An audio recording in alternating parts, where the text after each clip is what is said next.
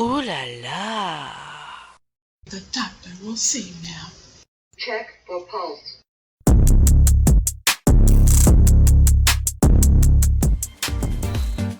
Welcome to HeartBeat TV. Thanks for stopping by. Like, subscribe, and comment. Let me know how you really feel. Welcome to HeartBeat TV with me, Zia, and thanks for stopping by on a Friday night. How my heart's beating. Got another question for you.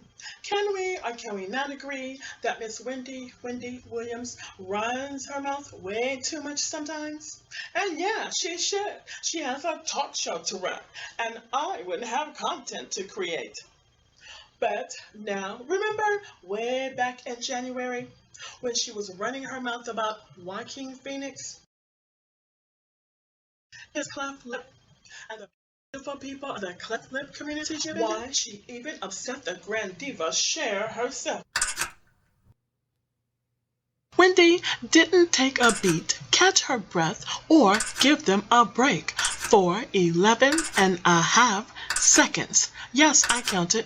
While she held her lip in place to imitate a cleft lip person. Perhaps she thought we wouldn't get her point in the first couple of seconds. But wouldn't it have been better if that point had not been made at all? Cleft lip and cleft palate are openings or splits, and the upper lip, the roof of the mouth, or both. This happens when facial structures that are developing in an unborn baby don't close completely. They are among the most common birth defects. However, they most commonly occur as isolated birth defects, but are also associated with many inherited genetic conditions or syndromes. Indeed, having a baby born with a cleft can be upsetting, but can be corrected. In most babies, a series of surgeries can restore normal function and achieve a more normal appearance with minimal scarring. Sometimes a cleft appears as a split in the lip that appears as only a small notch in the lip. Allow me to interject here and say this is what Miss Wendy Williams was talking about when she was attempting to describe Joaquin Phoenix's sexy cleft lip, but I digress. Normally, the tissues that make up the lip and palate fuse together in the second and third months of pregnancy.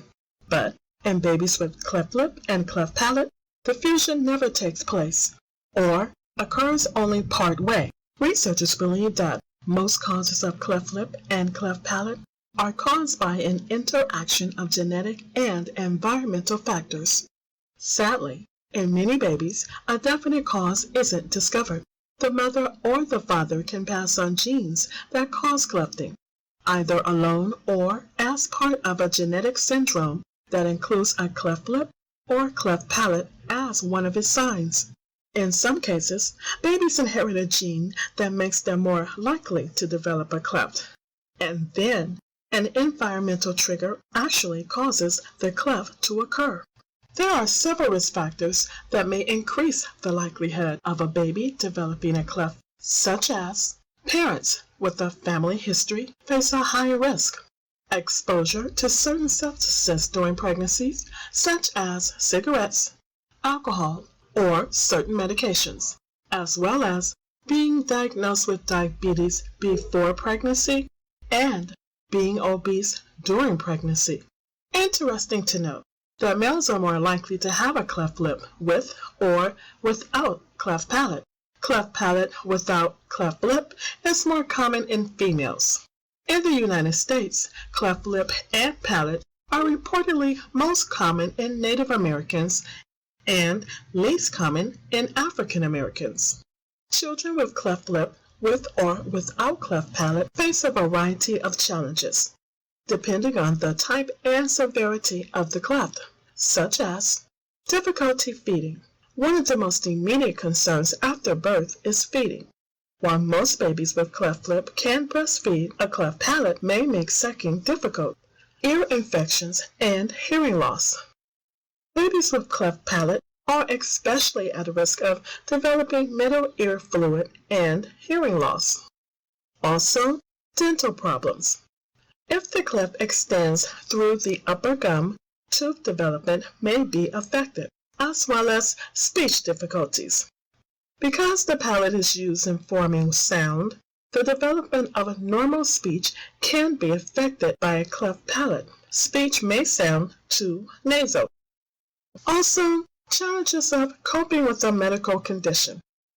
Children may face social, emotional, and behavioral problems due to differences in appearance and the stress of intensive medical care. After a baby is born with a cleft, parents are understandably concerned about the possibility of having another child with the same condition. While many cases of cleft lip and palate can't be prevented, consider these steps to increase your understanding or lower your risk. 1.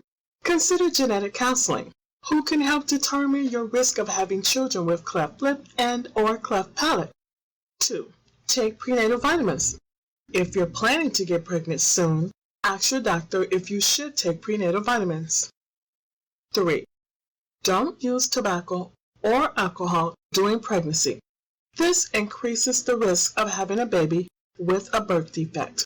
It's hard to keep any secrets in Hollywood, but Joaquin Phoenix has managed to do just that, with much speculation about how he got his scar. Some think it's something sinister that alludes to an act of violence, but Joaquin, he thinks it's an act of God. He explains, one day while his mom was pregnant with him, she felt a sharp pain, and then he was born with the scar on his lip. It's actually a microform cleft, which is the mildest form of a cleft lip. Thank you for watching, and remember, stay in good health and take care of yourself. From HeartBeat TV.